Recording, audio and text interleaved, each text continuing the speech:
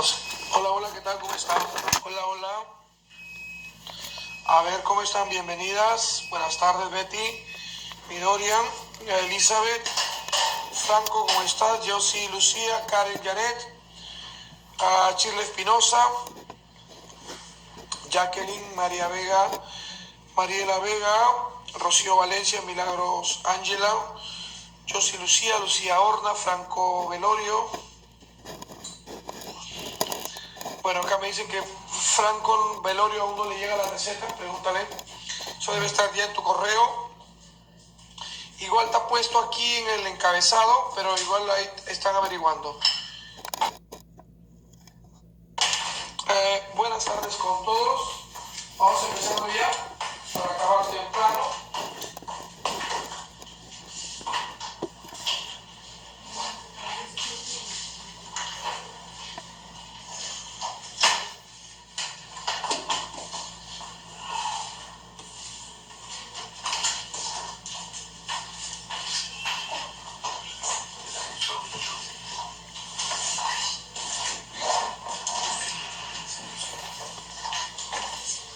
Las grandotas.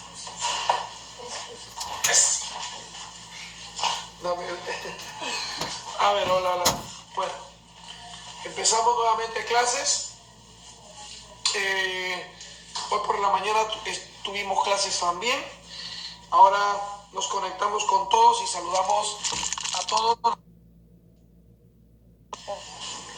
¿Seguro? Sí, se oye, por favor. Ahora. Ya está, ya renovó. ¿De nuevo? ¿De cero? ¿O No. Se había puesto pausa y otra vez. Por favor.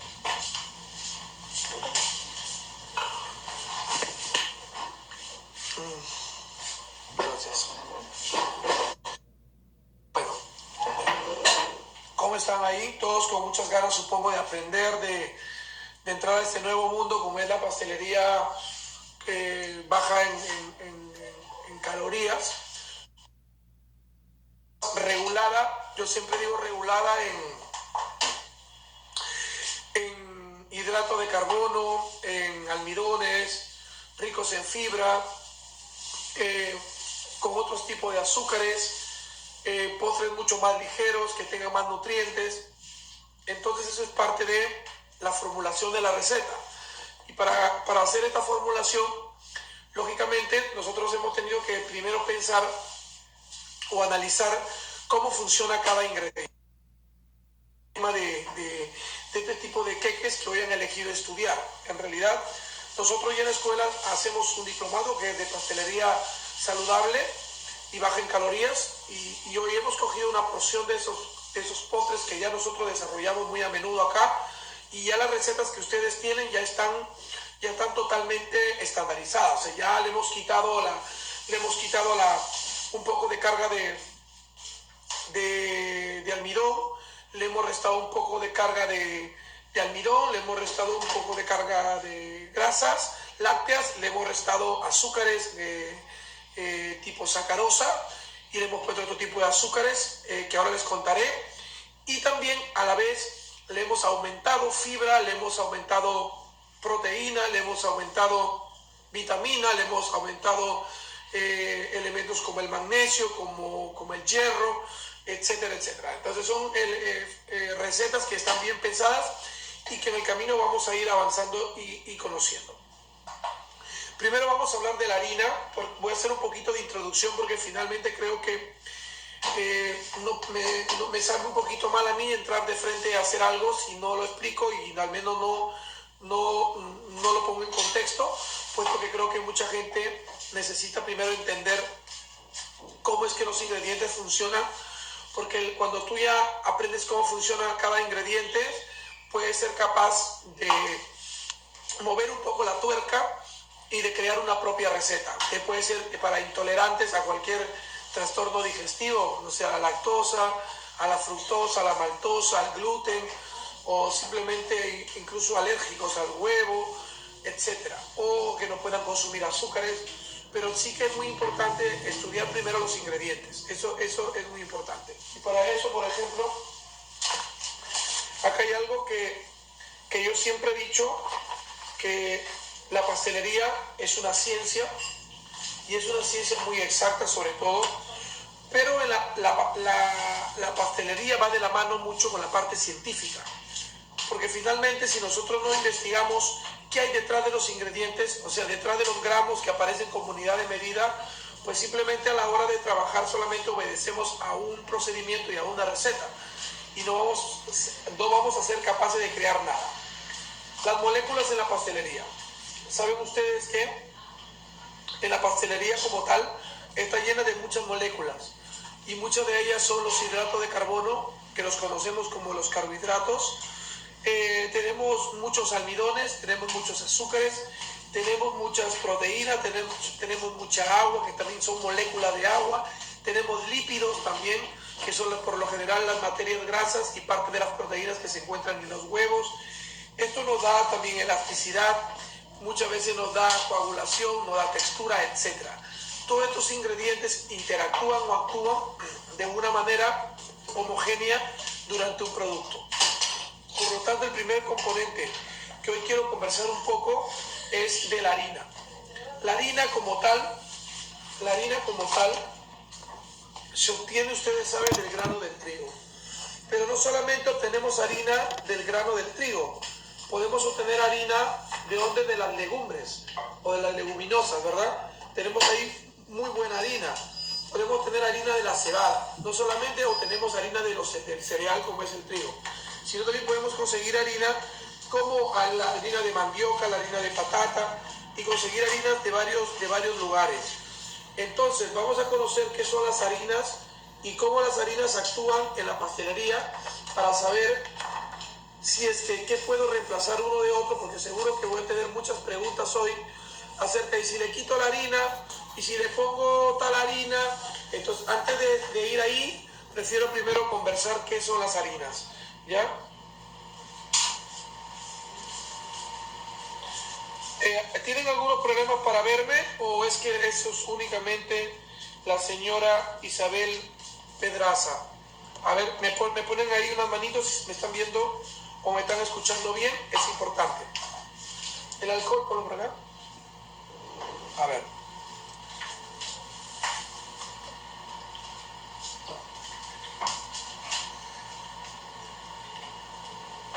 ¿Me pueden contestar? Todo bien, me dicen. Todo bien, todo bien, todo bien. Entonces es solo Isabel.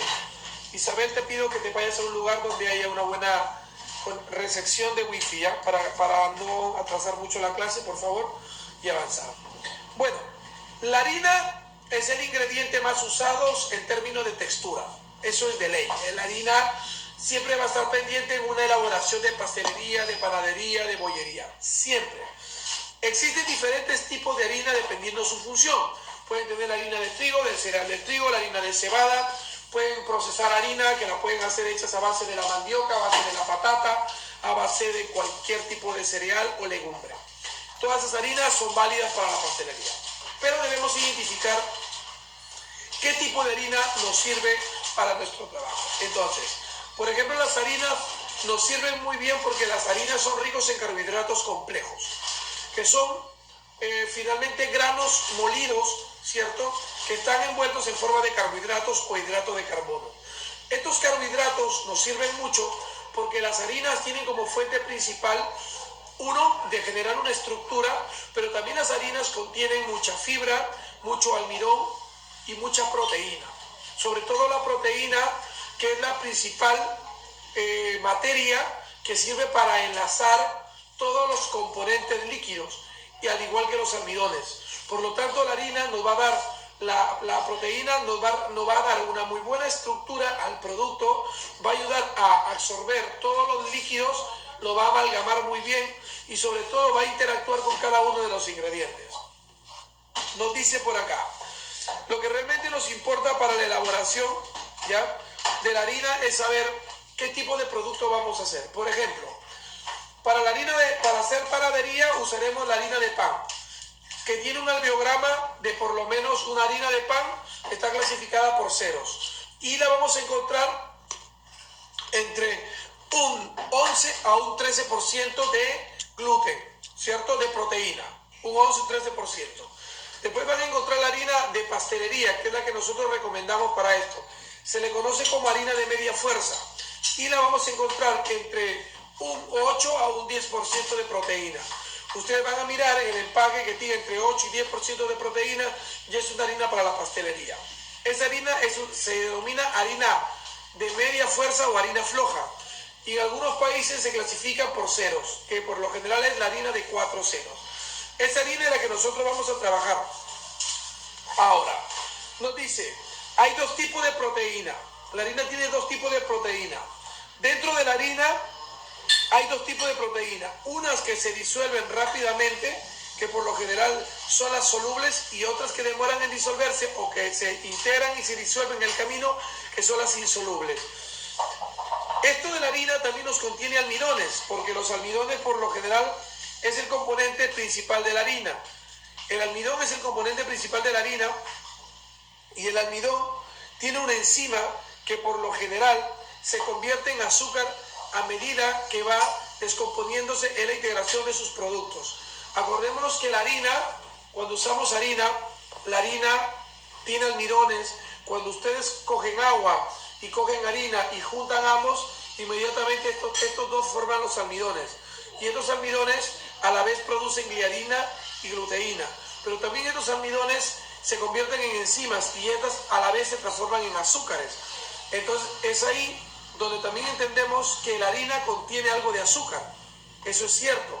Entonces tenemos que ahorita restarle un poco de harina a la harina de trigo que vamos a usar, porque finalmente estos almidones finalmente se van a convertir ¿en qué? En glucosa. Se terminan convirtiendo en glucosa. Entonces, para cualquier preparación de pastelería vamos a necesitar harina de trigo, pero no todo, sino una parte, porque la otra parte la podemos sustituir por otro tipo de harina que no contenga tantos almidones o que no contenga tantas proteínas. Por ejemplo, vamos a usar una harina de lentejas o una harina de frijol o una harina de yuca. ¿Por qué? Porque estas harinas no tienen esa proteína que genera gluten. Tienen proteínas, pero proteínas vegetales, no tienen la proteína que genera el gluten. Entonces, a medida que nosotros descarguemos un poco de los almidones de la harina de trigo, va a ser mejor. ¿Y cuánto es el porcentaje que descargamos? Entre un 10 y un 30% en la harina. Hablo de la harina. Por ejemplo, si tú tienes una receta que tiene 1 kilo de harina, le quitarás 300 gramos como máximo, y 100 gramos como mínimo. Y lo demás, obviamente, será harina de trigo. Si tengo 700 gramos de harina pastelera, 300 gramos será de harina de lentejas o harina de yuca o harina de quinoa, harina de maca o harina integral.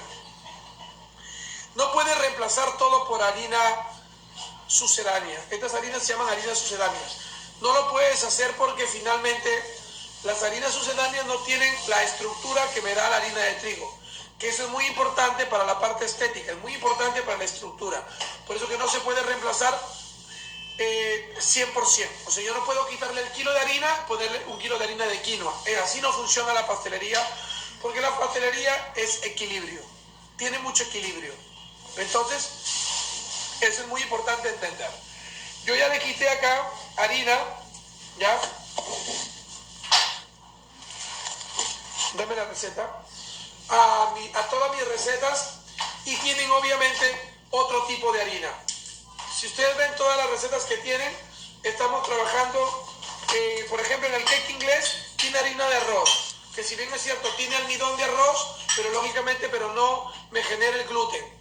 Tengo aquí harina de arroz que he reemplazado a un 20, creo que está un 20%, le he quitado aquí de harina, porque ya tiene 320 de harina de trigo. La primera es harina de trigo y la segunda es harina de arroz, en el cake inglés. En el queque de maracuyá,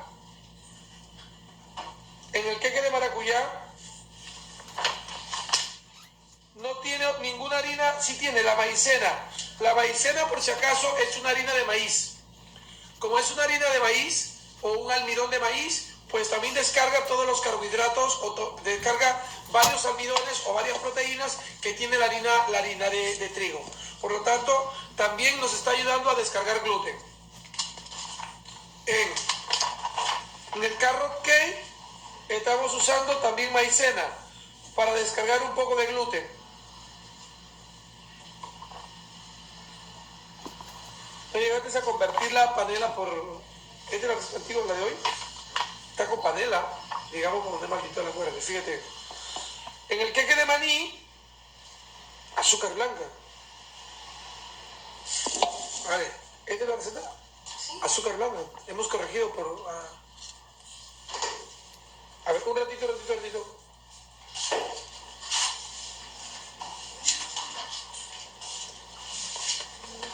A ver, fíjate, por favor, están chequeando un toque. ¿Qué ha pasado acá? ¿Por qué no han copiado la cantidad de...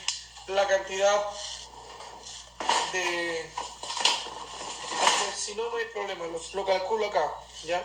Dice, el video finalizó. No está muy bien el video.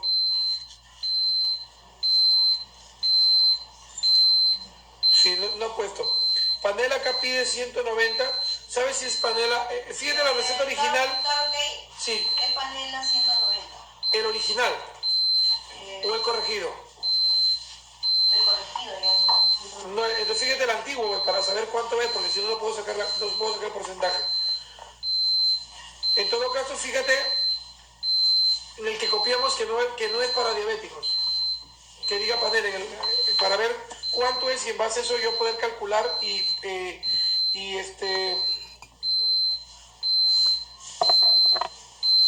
A ver, en el carro que hay un tema, estamos viendo, ya porque son tantas recetas que a diario corregimos, por un tema de crear nuevas fórmulas que pues parece que acá no han corregido la cantidad.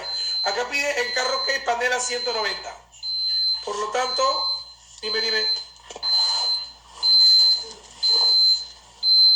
anterior lo hacía 270. ¿Ah? El anterior lo hacía 270. ¿Estás segura? Ahí tráemelo.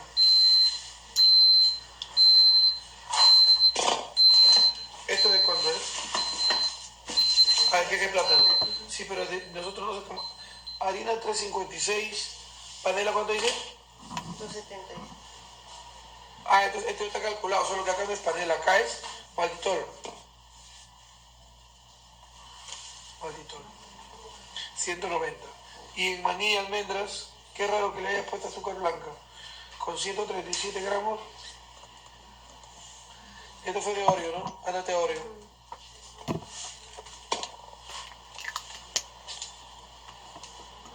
Ahorita, un minuto, por favor.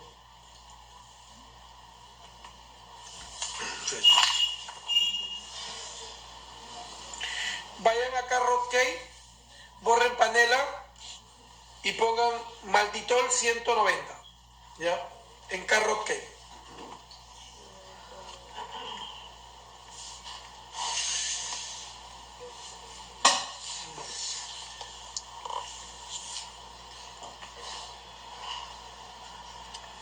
Ratito.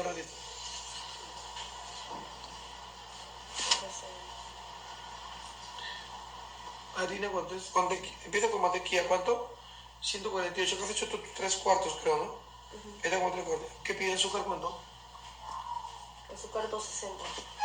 Acá está como 137. Más un cuarto. 266. Menos un cuarto sería menos 130.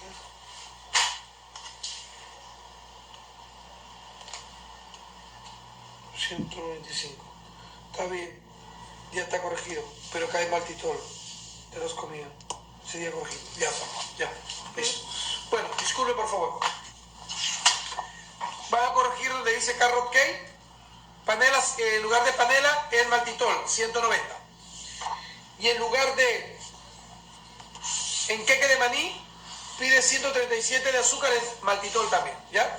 Vamos corrigiendo esos dos. A la parte posterior donde está Carrot Cake, 190 es de maltitol y 137 es de maltitol. No azúcar, no panela, ¿ya? Listo. Seguimos. Ya hablamos del porcentaje de la harina que vamos a sustituir y hablamos que el porcentaje es en cuánto por ciento vamos a sustituir de harina. de un 10 mínimo, de un 30% máximo. Esa es una regla que ustedes tienen que apuntar, es un valor que nosotros debemos tener claro a la hora que vamos a formular una receta.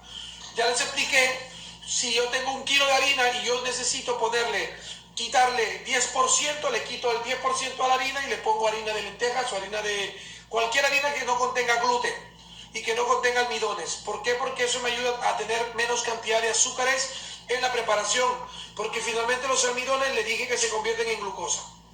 Ese es por ese lado. ¿Y cuándo sabré si le pongo 10 o cuándo sabré si le pongo 30%? Eso depende del primer ensayo que tú hagas, porque la receta trata de puros ensayos. Si tú ves que con el 10% la receta funciona de maravilla, le puedes ir sustituyendo un 20%, un 12%, un 13%, un 14%, un 15%, un 20%, un 25%, hasta que tú veas que ya la receta se resiste, ahí nomás lo dejas. Porque la receta no te va a aguantar que le pongas 100% de pura harina sucedánea o de quinoa de maca, porque esas harinas son harinas que no tienen aditivo. ¿Me dejo entender? Por lo tanto, no podría reemplazar 100%, sino entre el 10 y el 30%. Ese es un valor que deben anotar y que debe estar ahí puesto en su tabla de conversión. ¿Ya? Igual, y les pido disculpas porque acá no sé si Alessandra se durmió, pero acá también azúcar me pide 270 en queque de maracuyá.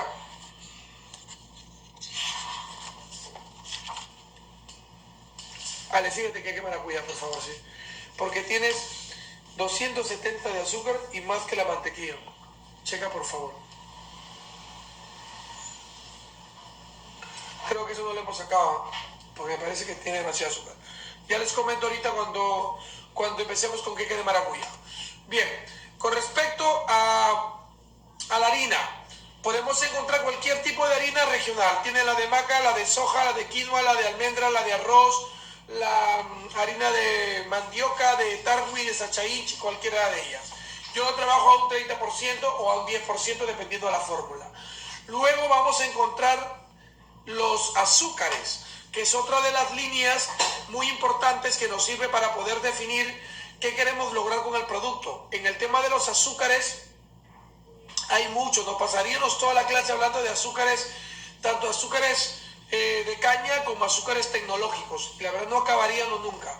Pero dentro de los azúcares vamos a encontrar los más conocidos y los azúcares que más usamos en la pastelería es el azúcar de caña, que es el azúcar blanca, sacarosa. Usan la panela, se usa la miel de abeja o el azúcar rubia, son azúcares de la pastelería. Pero que para hacer de esto una pastelería más equilibrada, una pastelería, digamos, con menos cantidad de calorías, necesitamos eliminar ese azúcar de nuestra dieta y ponerle otro tipo de azúcares que funcionen como endulzante. Entonces, en ese sentido, ¿qué otros azúcares vamos a necesitar? ¿Ya? ¿Qué otros azúcares vamos a necesitar? Tenemos muchos. En realidad vamos a encontrar desde azúcar alcohólicos como son el maltitol, el xilitol, el sorbitol, tienen la dextrosa, tienen el isomal, tienen varios tipos de azúcares que pueden aplicar, pero vamos a ir viendo más o menos cómo funciona cada uno de ellos y cuál es la reacción y la relación entre los huevos, la harina, las grasas, porque finalmente si no conocemos cómo reacciona uno de otro, finalmente el problema va a ser que el producto no va a evolucionar en el horno. Entonces, por años hemos trabajado con azúcar, pero nosotros sabemos que el azúcar es un carbohidrato en potencia primero, ¿cierto? Es un carbohidrato que es rico en dulzor, nos va a aportar un excelente dulzor, una buena estructura también. El azúcar te va a generar humedad, el azúcar también absorbe agua. Gracias al azúcar tenemos una vida útil más larga. Gracias al azúcar los bizcochos se vuelven un poco más tiernos. Eso. Entonces, va a ser difícil, sí que es difícil, porque de pronto tú vas a tener que sacar esos azúcares como la miel, como la chancaca, como el azúcar de caña, blanca, rubio, impalpable, y de pronto los vas a quitar. Y vas a tener que buscar otras alternativas que te sirvan para que el producto primero tenga una buena cantidad de extracto seco y tenga un buen equilibrio. Y ahí donde aparecen muchos, como por ejemplo tienen uno de los más conocidos, ¿ya? Que es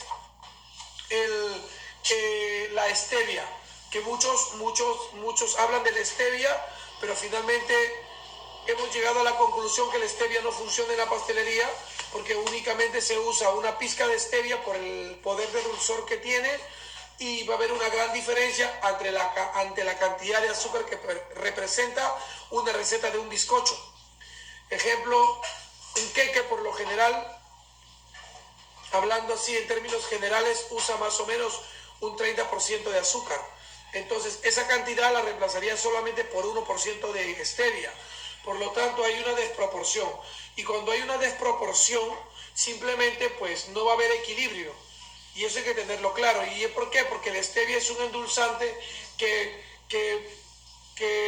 equivale a 300 veces más dulce que el azúcar. Por eso es que no lo usamos en pastelería. Ese es por el lado de las proporciones. Y por el lado del sabor, pues es malísimo, porque la stevia tiene un sabor mega desagradable, es súper astringente, te deja un amargo en boca muy pesado. Entonces, por esa cuestión y por esos dos puntos que son muy importantes, como el sabor, como el equilibrio, no usamos la stevia. Seguro que van a encontrar ahí otros, que es la sucralosa, químicamente hablando, pero se conoce como Splenda, pues no usamos por la cantidad de aspartán que tiene, y es malísimo para la salud y por los líos mundiales que tiene con la OMS y muchas organizaciones de la salud. La Splenda también pues tiene un problema de proporciones, porque se usa por sobrecitos. El sabor que deja la stevia no es tan desagradable como la Splenda. El sabor que tiene la Splenda no es tan desagradable como la stevia, pero sí que los productos se secan mucho. Por eso que tampoco lo usamos. De ahí van a encontrar muchos.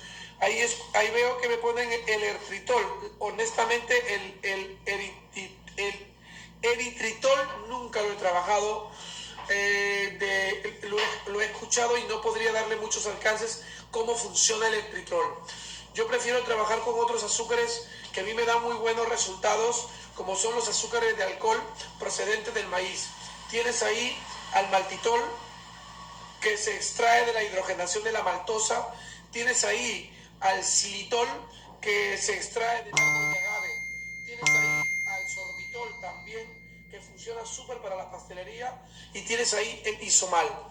El isomal lo descarto de plano acá, porque el isomal, aparte por el alto coste que tiene, no llega a caramelizar, no toma el color azucarado, la reacción de Maillard.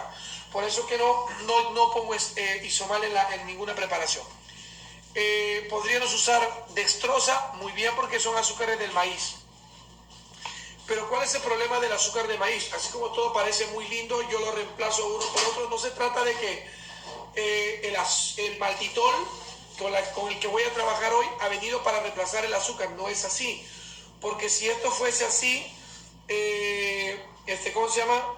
Qué fácil sería decir, quito esto y pongo lo otro, quito esto y pongo lo otro. No, cada uno se le busca las propiedades casi similares y se usan, ¿ya? Y se usan estos elementos. Por lo tanto, no cumplen las mismas funciones, cumplen algunas funciones.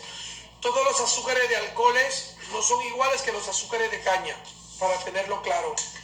Pues los azúcares de alcoholes no generan el mismo dulzor que el azúcar de caña, por ejemplo.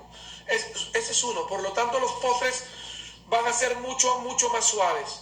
Mucho más suaves. Dos, los azúcares de alcoholes o azúcar alcohólicos, como se le conoce, son polioles. Son disacáridos que se obtienen mediante la hidrogenación de la maltosa, pero estos azúcares a la vez se deben consumir en cantidades muy reguladas, muy limitadas. Tiene un tope de consumo diario que es de 100 gramos por paciente o por persona. 100 gramos, no más de 100 gramos por paciente y por persona, de maltitol o de xilitol. El maltitol tiene 2 kilocalorías por gramo, ante 4 que tiene el azúcar, 4 kilocalorías. El xilitol más o menos tiene 1,8 kilocalorías por gramo. Ambos azúcares no generan caries. Estos tipos de azúcares no son absorbidos a la hora de la metabolización. Por lo tanto, esto no me genera calorías. Otro punto importante es que solamente el maltitol, si se consume más de 100 gramos, vamos a tener algunos problemas estomacales, porque durante el recorrido en el tracto digestivo, el maltitol se llega a fermentar en el intestino delgado y crea un hinchamiento e incluso flatulencias y dolores estomacales, pasando los 100 gramos de cantidad de maltitol. Por eso que deben regular mucho la cantidad que se pone, y después de regular en una fórmula, tenemos que sacar por porción cuánta cantidad tiene para que el cliente, pues cuando pruebe el producto, no vaya a tener ningún problema de orden alimentario. Eso es muy importante. El maltitol, anoten ahí que es básico, nosotros lo reemplazamos en las fórmulas a un 40%. Quiere decir que del 100% del azúcar de caña, presten atención, del 100% de azúcar de caña, el 40% no va a ir. Ese 40% por el momento lo vamos a dejar en el aire, por el momento. Luego hablaremos de eso. Solo se usa un 60%. ¿Qué ganamos ahí? Bajamos el costo, porque un kilo de maltitol debe estar más o menos costando 20 soles. Si usamos el 60%, el kilo me saldrá como en 12 soles. Por lo tanto, pues hay un 40% que esté en el aire, porque acuérdate que la receta de repostería o pastelería, como es ciencia, todo tiene que estar bien equilibrado. Entonces, pues, si yo le saco 100, le tengo que poner 100. Pero en el maltitol habría un problema, porque solamente uso 60, ¿verdad? 60%. Ese 40% se puede reemplazar por fibra soluble o fibra insoluble. Lo veremos luego, pero acuérdense de ese 40%, ¿ya? De ahí, ¿qué otros azúcares tenemos? Hay un azúcar a mí que me gusta mucho, que es más natural incluso que el maltitol, que es la inulina. La inulina se extrae de las raíces de la chicoria. De las raíces de la chicoria, de alguna berenjena, de los ajos, de algunos vegetales también y de algunas frutas. La inulina es una fibra que tiene gran poder de captación de agua, pero el problema es que al captar mucha agua seca los productos.